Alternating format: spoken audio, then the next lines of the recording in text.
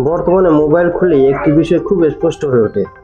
যারা আমাদের সনাতন ধর্ম বা হিন্দুত্ব নিয়ে কথা বলেন বা ভিডিও বানান প্রতিনিয়ত, হিন্দুদের একত্রিত ও সচেতন করার জন্য যারা সদা সর্বদা চেষ্টা করেন, তাদের দুর্বল ও মানসিকভাবে ভেঙে ফেলার জন্য একটি বিশেষ গোষ্ঠী উঠে পড়ে লেগেছে তাদের দাবানোর জন্য।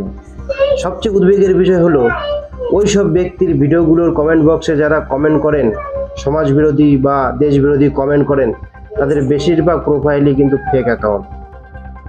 তাদের সাথে একটু তর্ক বিতর্ক করলেই বোঝা যায় তারা অন্য ধর্মের মানুষ হয়েও হিন্দু নাম ব্যবহার করে বিভ্রান্ত ছড়াচ্ছে মানুষের মধ্যে। তবে দুঃখজনক ব্যাপার যে এর মধ্যে কিছু প্রকৃত হিন্দুও রয়েছে যারা নিজেদের ধর্মকে দুর্বল মনে করে বা নাস্তিকবাদী প্ররোচনায় প্রভাবিত হয়ে কিংবা বুঝো না বোঝার ভান করে হিন্দু ও দেশ বিরোধীদের চক্রান্তকারীদের সাথে সমর্থন করে চলেছে।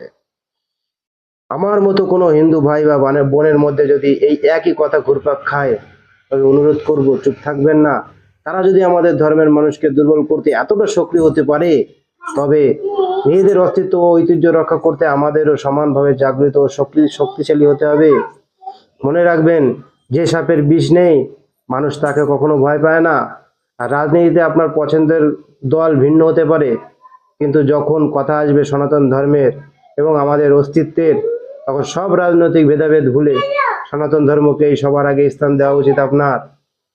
আজ যদি আমরা ভাবি আমরা সংখ্যায় ভারতবর্ষে অনেক বেশি, আমাদের কিছুই হবে না, তবে ভাবুন অতীতের ইতিহাস আর বর্তমানে বিশ্বজুড়ে যেসব ঘটনা ঘটছে, যেমন বাংলাদেশে দীপু দাস, তারপরে বাংলাদেশে দিনের পর দিন যেসব হিন্দুদের সাথে নির্মমভাবে অত্যাচার চলছে, এইসব জানার পরেও দেখার পরেও যদি আমরা তা থেকে শিক্ষা না নিতে পারি, এরপরও যদি কারো সচেতনতা না ফেরে, তবে তা সত্যিই অত্যন্ত দুর্ভাগ্যজনক আমাদের পক্ষে।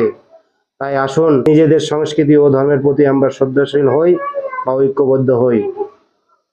রাম রাম, জয় শ্রীরাম।